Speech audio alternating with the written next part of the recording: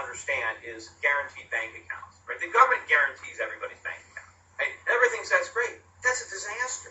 Right? How many people in this room have bank accounts? And how many people have looked into the balance sheet of the bank to make sure that the loan portfolio is solid? Does anybody care what the bank does with your deposit once you give it to them? You couldn't care less, right? Because the government guarantees it. That is the problem. It's called moral hazard. Right? So nobody cares. All you care about is how much interest do I make.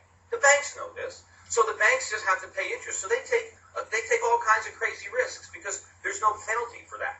But if the government didn't guarantee bank accounts, people would compare. They would shop around. They would try to find the safest bank, just like you try to find the best plasma TV or the best car. You would do your homework and you would find a bank, and they would have a private insurance company that would offer insurance, and they would, and so it would be a much sounder banking system. So the root cause of the problems are government-created moral hazards. The banks are making money based on government handouts, based on free money from the Fed. So bank greed is actually hurting the U.S. economy, not because of capitalism, but because of socialism, because the government is an instrument for the banks to be able to make money at the expense of the country. The anger should not be at the banks. The anger needs to be at the government that is enabling and funding the banks and making this whole system possible. So in order to reform it, we need to go to Washington.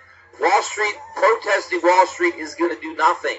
It's Washington, it's the Fed, it's Congress, it's the White House. That's where all this anger and frustration needs to be